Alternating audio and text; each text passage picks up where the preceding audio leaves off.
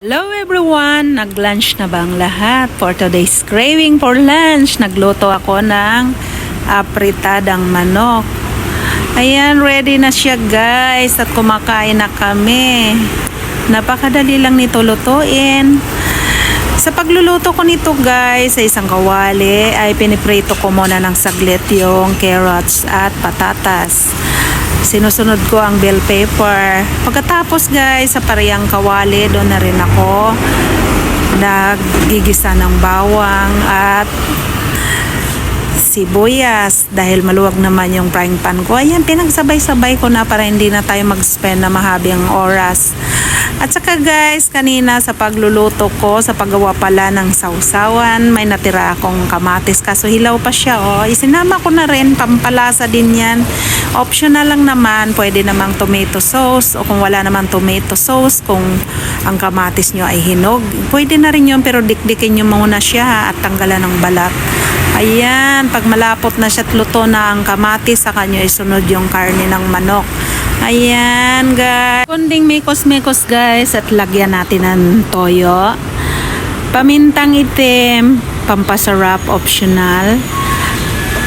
Ayan, konting asin at konting halo-halo, takpan at hintayin natin guys na manuot yung lasa ng mga pampasarap nilagay natin.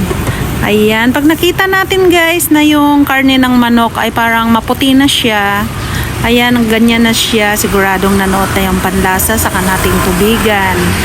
Pag natubigan na natin guys, konting halo uli at takpan.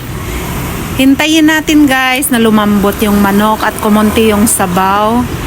Pag kumunti na po gayang ang sabaw, ayan, ready na siya. Ilagay na natin balik yung carrots at patatas. Pagkatapos ilagay ang carrots at patatas guys, ilagay na rin natin ang laurel. Ayan, konting mekos-mekos, takpan. At hintayin natin guys na lumapot na yung sauce niya, kumunti ang sabaw. Ayan, siguradong ready na yan. Ilagay na natin ang bell pepper.